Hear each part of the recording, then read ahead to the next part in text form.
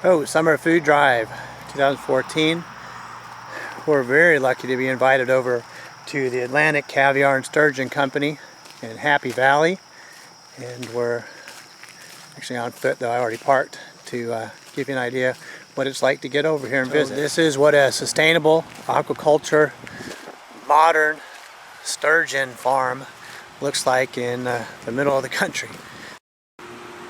Let's go inside and meet Elizabeth and take a tour. Welcome to our nursery. And the fish right now, the fish come in from Germany. The eggs come in from Germany. They're fertilized, and we hold them up at the North Carolina State Agricultural Facility until they're big enough to survive, maybe an inch or so. And then they come down here and spend their first 6 months in the nursery.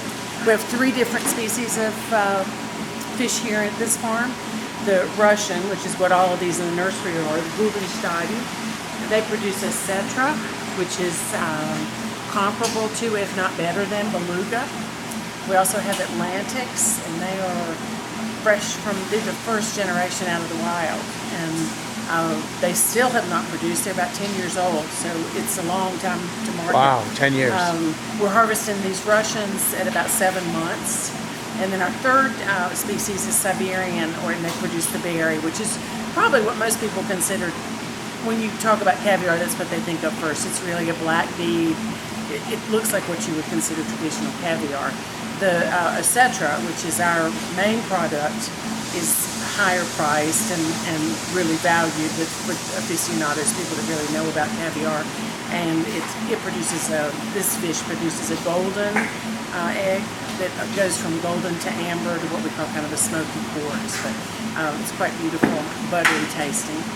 The fish meat is really good too. We'll talk a little bit more about that after I've shown you the big guys. Cool, thank you.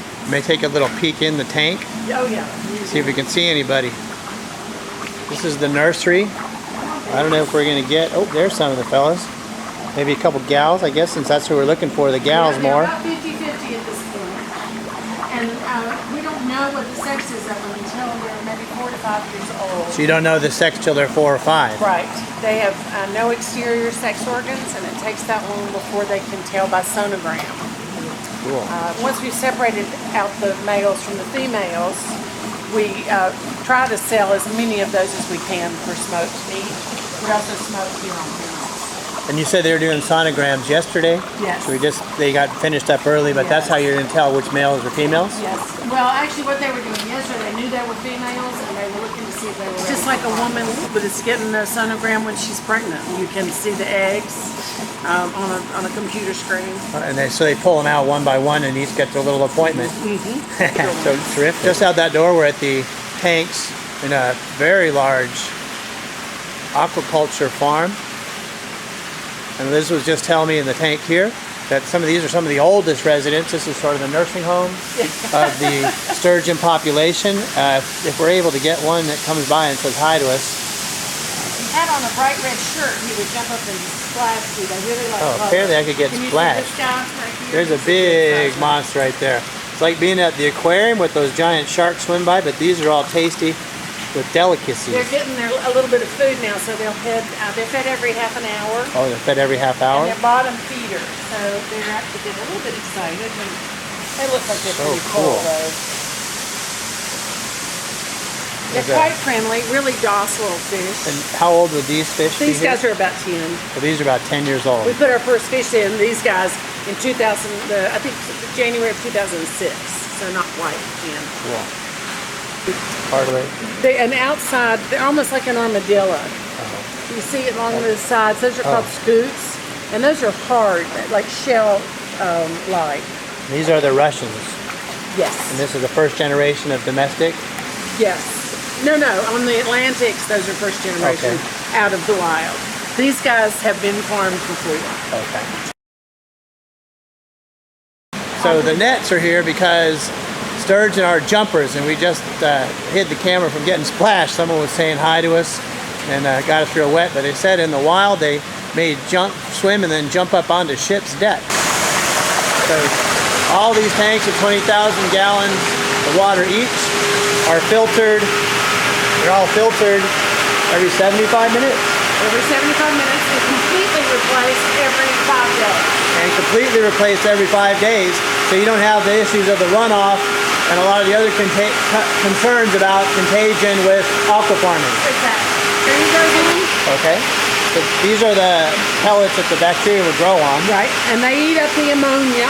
Eats up the ammonia, which would be in the waste, if you will, to be polite, from the fish water. And turn it back into the good nitrates go back in because the fish lives there. The good nitrates are there. Nitrates are taken out with the sludge. And then there's some sludge. And if we hadn't mentioned yet, Happy Valley is really pretty. This is a summer day.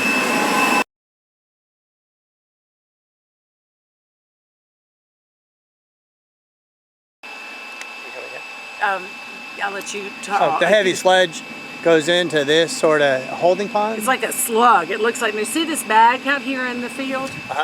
I'll tell you and then you can tell them. The sludge goes, the dirty water comes in here and it goes through layers of gravel and sand and gravel and sand. In about 2 or 3 weeks, that bag will be maybe 15 feet high. Wow. And then the water that drains down pumps into this pond, and then it's used to fertilize these cornfields. So let's see if So we we can go from the filter tanks, the water comes to the bag. see if we can get a shot of the cornfields that'll get the fertilization. There we are. It's beautiful. My way here, actually, this may be interesting for everyone to know if you ever come this way. The GPS is wrong, and I ended up in the cornfields on the other side, driving around in the mud. So you may want to call ahead.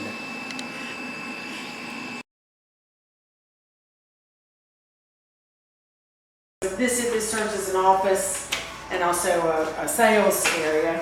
The kitchen and the harvest room are clean. This is the harvesting room. This is the harvesting room. But they're not harvesting No, today, not today. so there's no need to suit up. And finally, when all the great product is ready to be canned, you come in the canning room and black gold is canned and ready for sale to you. And now your finished product ready to go to the fridge. I gotta zoom in. And here's a smaller package of caviar.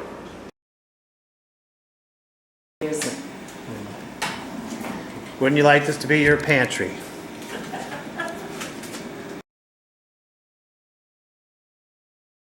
We're going to be doing our sampling with what looks like silver spoons, but they're not. They're actually plastic silver spoons. You shouldn't eat caviar with them. When they're first tagged when we sex them, that same tag follows them through the entire harvest. So we can trace back the caviar and the smoked and the fresh fillets to one particular fish at any given time. Okay, take a shot of the product. And then I'm going to get you a little... What you're looking for is a nice shine. This is a little new. It's, fresh. Some people like up to a year here. So it's a number 2 in terms of freshness. Yeah. And how fresh is this particular batch now that we looked it up on the sheet? It's just 3 days old. It's This not is even 3 on our day old. inventory sheet yet. Very interesting. So this is really more of a control sample, but it's very soft and flavorful. Bad. But this is the But reabsorbed this is eggs. in here. Let me show you. I bet it'll pop real easy in my finger. Yeah, see how milky that is pretty easily. Oh, very milky. And that shouldn't happen. You don't want. So That's just barely with the touch, and I should be able to pretty much pinch it without that happening. Okay. So this is because we're talking about the quality control process and how you biopsy the sturgeon before actually harvesting to be as humane as possible. The cans that she just banded and put in there, after harvest, they stay in the can without the bands on them for 24 to 48 hours, and they're weighted with bricks or some kind of heavy weight. And a lot of the oil and moisture seeps out, but then over time, there is oil. It also continues to come out, but it stays in there with the eggs as well. And that's a sign of quality? Yes. So maybe we can see inside this some oil on the top of the... But when you open a can of caviar, I'm going to show you this, I think these will be a good example. What you're looking for as a consumer is, one, you just see how on the top of the tin you can see all the individual imprint in the oil? Yes. The oil is good that it's there, but also you see that each of the eggs is pretty individual. It's not just a blurred mess. And each of these eggs is also individual and pure, with a little bit of shine from the oil. And is the color an important component too? You know, in the etc., there are pretty much three different colors. It's a matter of taste. There's a golden, and there's less golden than there is anything else, and so by virtue of that, it has some value. Then an amber, and then this we call kind of a smoky quartz. Smoky quartz. Cool.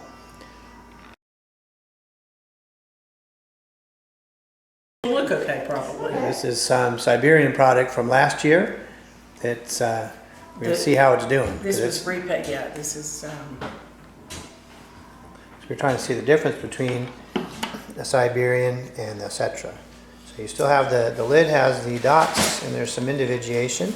That's a darker color and more lumped together than you had in the quartz color. It's going to be a slightly smaller bead too, and I'm going to just pat it a little bit here. I don't need a manicure. Don't look at my nails. And we won't look at your nails this year. But you're right. We're getting a pretty decent print. It's called a print. Listening for the sound. We had bad. There's the look of it. We didn't hear much of this. Oh, there's the sound. Did you hear that separate? Mm-hmm. So the aging process helps with the flavor and complexity of the caviar too. This product is a year old and has a lot more complexity and taste flavor than the fresh 2-week-old product we sampled a minute ago.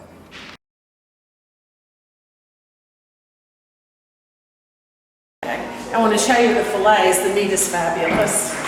Wow! You can see it's beautifully marbled. There's a lot of fat in this fish.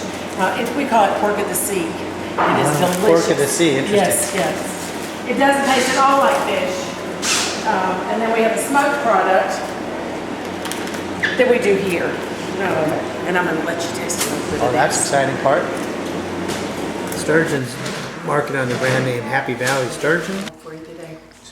Best at room temperature. Yeah, very delicate.